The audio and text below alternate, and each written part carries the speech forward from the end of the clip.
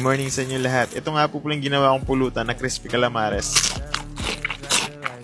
Gumamit ako ng frozen squid rings dito. And speaking of squid, naalala ko tuloy yung pinanood ko na Squid Game dati. Nung una kong pinanood yun dito sa Loklo, nagulat ako sa mga plot twist sa mga laro nila. Nakaka-excite na nakaka-stress kada episode. At yung winner na si Jihon, babalik na naman sa season 2. Ewan ko ba sa kanya? Siguro kukunin nyo yung redemption niya. Kaya naman siguro si Ino matutrauma doon sa na-experience niya na namatay yung 100 people, including yung best friend niya. Kaya ngayon, napapaisip ako kung anong mangyayari sa season 2 niya. Kayo ba? Anong palagay nyo? Mapapatigil ba ni Jihon yung larong Squid Game after na season 2? Pag-comment nyo na lang kung anong palagay nyo mangyayari this season.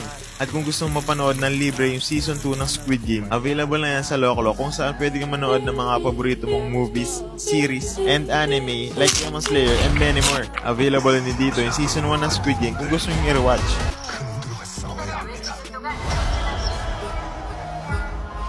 By the way, yung recipe ng calamares, ilalagay ko na lang sa caption. Ayun lang, thank you.